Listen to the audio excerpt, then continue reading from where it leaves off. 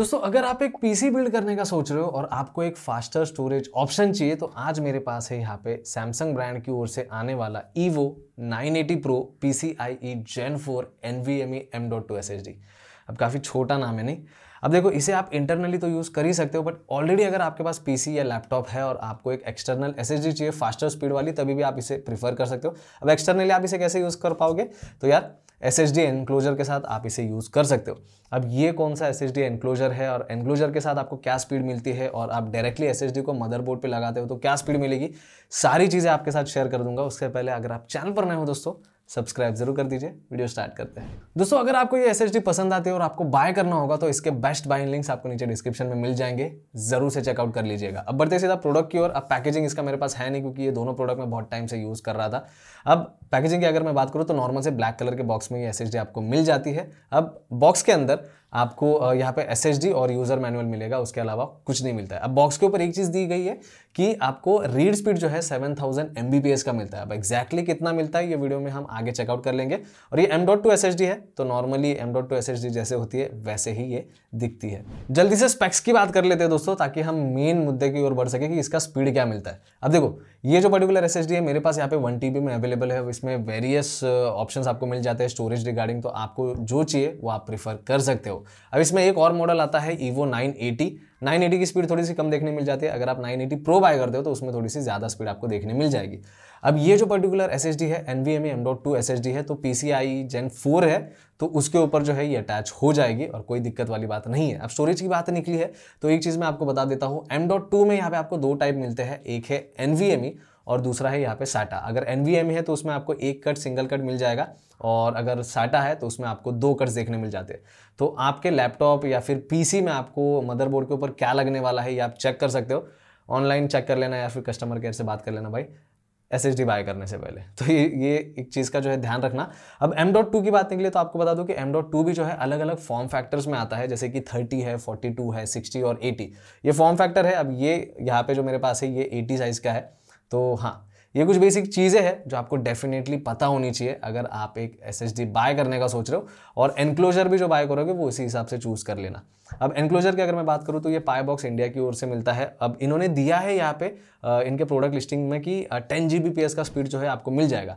अब ये 10 GB/s नहीं है, Gbps है, और वो भी ये स्पीड आपको तभी मिलेगा अगर आप type C to C cable use करते हो। अब जब भी आप ये वाला पर्टिकुलर एनक्लोजर बाय करोगे तो आपको दो केबल्स मिलेंगी, एक type A to type C और एक type C to type C।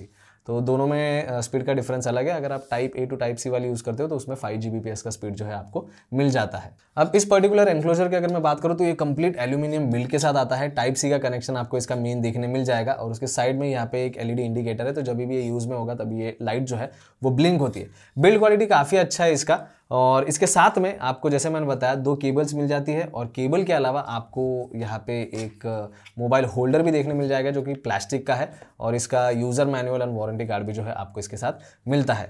तो ये हो गया एनक्लोजर को लेके। अब इसके कंपैटिबिलिटी की अगर मैं बात करूँ, SSD के कंपैटिबिलिटी की, आप मैक और विंडोज़ दोनों के साथ आराम से यूज़ कर सकते हो, कोई भी दिक्कत वाली बात नहीं है। वारंटी की बात कर लेते हैं भाई कि इसका वारंटी आपको कितना मिलता है। 980 Pro का जो वारंटी है दोस्तों 5 साल का वारंटी आपको इसके साथ देखने मिल जाएगा। तो यार ये काफ़ी सही चीज़ है कि बहुत लंबे समय तक आपके पास जो है ये SSD जो है रहेगी और उतना यूज़ भी होगा तो उतना वारंटी भी चाहिए।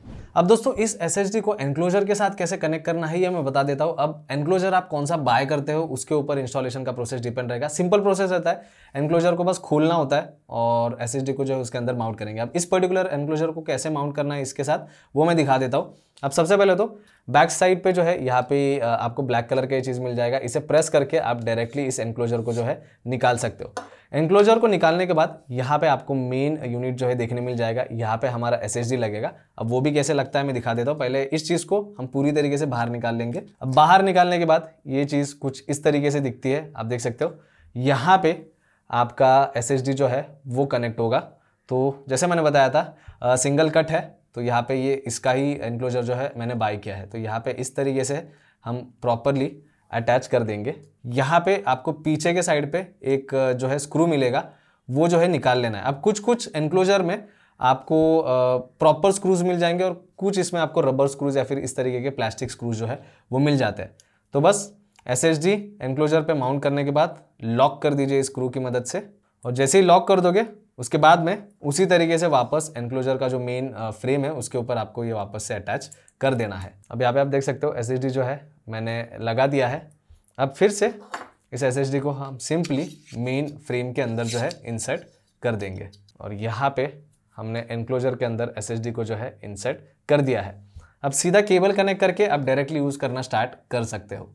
अब दोस्तों इंस्टॉलेशन वाला प्रोसेस तो हो गया, अब सीधा आते हैं मेन चीज़ के ऊपर कि भाई इसकी स्पीड हमें क्या मिलने वाली है। अब स्पीड मैटर करेगा कि आप एनक्लोजर के साथ यूज़ कर रहे हो, एनक्लोजर के साथ भी आप कौन सा एनक्लोजर यूज़ कर रहे हो, और या फिर आप SSD को डायरेक्टली मदरबोर्ड के ऊपर अटैच करके यूज़ कर रहे हो, क्योंकि दोनों सिचुएशंस में अलग अलग स्पीड जो है आपको मिलेगी।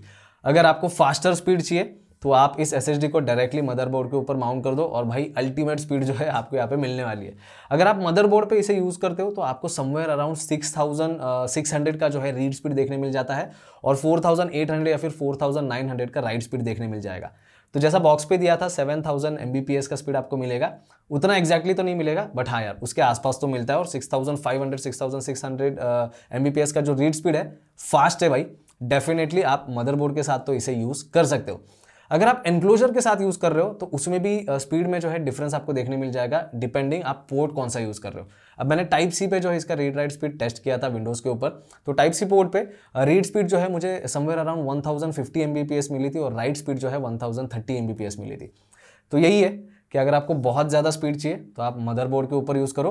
और एक्सटर्नल SSD की भी अगर मैं बात करूँ तो रिसेंटली मैंने यहाँ पे सैमसंग के T7 शील्ड का भी रिव्यू किया था, उसका भी स्पीड समवेयर अराउंड 1000 Mbps का आपको जो है मिल जाता है।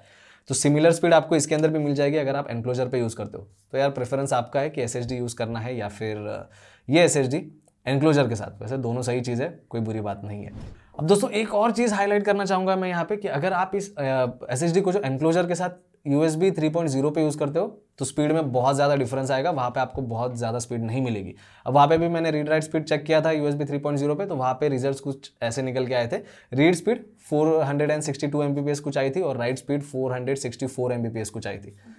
तो USB भी मैटर करेगा। USB 3.1 Gen 1 में अलग स्पीड मिलेगा, USB 3.1 Gen 2 पे भी अलग स्पीड मिलेगा, उसमें फास्टर मिलेगा। बट USB 3.0 यूज़ कर रहे हो तो वहाँ पे थोड़ा सा स्लो स्पीड आपको देखने मिल जाता है। अब भाई ट्रांसफर स्पीड की भी बात कर लेते हैं। मदरबोर्ड और USB की तो बात हमने कर ली, ट्रांसफर स्पीड जो है यहाँ पे काफ़ी अच्छा है अगर आप टाइप सी पोर्ट पे यूज़ करते हो। और मैक के साथ मैंने 26 GB की फाइल्स कुछ ट्रांसफर की थी इसके अंदर, तो लगभग 50 सेकंड्स का टाइम मुझे लगा था। वही सेम चीज़ मैंने विंडोज़ में भी ट्राई की। विंडोज़ में भी टाइप सी पे मैंने यहाँ पे 26 GB की फाइल ट्रांसफर की और वहाँ पे भाई मुझे 37 सेकंड या 30 सेकंड्स का कुछ टाइम लगा था पूरी फाइल जो है ट्रांसफर करने में। तो फास्टर स्पीड चाहिए तो या तो USB 3.1 Gen 2 यूज़ कीजिए या फिर टाइप सी पोर्ट यूज़ कीजिए, वहाँ पे आपको डेफिनेटली फास्टर स्पीड देखने मिल जाती है। अब दोस्तों USB 3.0 की भी बता देता हूँ। सेम फाइल जो है मैंने यहाँ पे उस पोर्ट से भी ट्रांसफर करके देखी, तो वहाँ पे मुझे लगभग 1 मिनट 50 सेकंड का टाइम लगा। बहुत ज़्यादा टाइम नहीं है 26 GB की फाइल के लिए। 1 minute 50 seconds is also good, but हाँ आपको बहुत ज़्यादा फास्टर स्पीड चाहिए तो यार USB 3.1 Gen 2 यूज़ कीजिए या फिर टाइप सी यूज़ कीजिए। अब एक और चीज़ दोस्तों इस SSD के बारे में बताना चाहूँगा कि अगर आपके पास PS5 है तो आप इस SSD को स्टोरेज बढ़ाने के लिए भी यूज़ कर सकते हो। तो आपके जो भी गेम्स अगर ऑलरेडी इनबिल्ट स्टोरेज में होंगे तो आप इस SSD के अंदर भी मूव कर पाओगे और बहुत बड़ी GB की फाइल्स होंगे तो वो भी बहुत क्विकली हो जाएंगे। तो गेम का जो बूट टाइम है, रनिंग टाइम है, वो भी यहाँ पे काफ़ी फास्टर आपको देखने मिल जाता है अगर आप ये पर्टिकुलर SSD PS5 में यूज़ करते हो तो भाई सारी चीज़ें हमने देख ली। अब सीधा बढ़ते हैं प्राइसिंग की ओर। अब इस पर्टिकुलर SSD की जो प्राइस है अमेजॉन के ऊपर वो अभी फिलहाल के लिए है समवेयर अराउंड 10,500 रुपीज़। जब मैंने बाई किया था तब कुछ 11-12 हज़ार पे बाई किया था। 1 TB वेरिएंट की बात कर रहा हूँ मैं यहाँ पे, अलग अलग वेरिएंट्स के अलग अलग प्राइस है। तो लिंक्स नीचे डिस्क्रिप्शन में दे दूंगा, ज़रूर से चेकआउट कर लीजिएगा। अब स्पेसिफिकली इसी एनक्लोजर की बात करूँ तो इसके भी लिंक्स मैं डिस्क्रिप्शन में दे दूंगा। ये आपको कॉस्ट करेंगे समवेयर अराउंड 950, तो वो भी आप चेकआउट कर लीजिएगा। प्राइजेस चेंज होते रहते हैं इसलिए हर बार बोलता हूँ कि डिस्क्रिप्शन में लिंक्स होती है, आप जाके प्राइजेस चेकआउट कर लीजिएगा। और बाय करना होगा तो बाय भी कर सकते हो, आपको कोई एडिशनल चार्जेस नहीं लगेंगे। अब दोस्तों बात करते हैं फाइनल ओपिनियन की कि क्या आपको सैमसंग EVO 980 Pro बाय करना चाहिए। देखो सिंपल चीज़ है, अगर आपको फास्टर स्पीड चाहिए तो डेफिनेटली आप इस SSD की ओर देख सकते हो। अब देखो बहुत सारी चीज़ों के ऊपर ये सारी चीज़ें मैटर करती है कि स्पीड आपको क्या मिलेगा। आप केबल कौन सा यूज़ कर रहे हो, type C to type C use कर रहे हो, type C to type A use कर रहे हो, एनक्लोजर कौन सा यूज़ कर रहे हो, SSD को एक्सटर्नली यूज़ कर रहे हो या फिर मदरबोर्ड के ऊपर डायरेक्टली माउंट करके यूज़ कर रहे हो। ये सारी चीज़ें मैटर करेंगी और उसके ऊपर डिपेंड करता है आपको स्पीड क्या मिलेगी। आपको अल्टीमेट फास्टर स्पीड चाहिए तो इस SSD को आप सिंपली मदरबोर्ड के ऊपर माउंट कीजिए और आपको फास्टर स्पीड मिल जाएगी।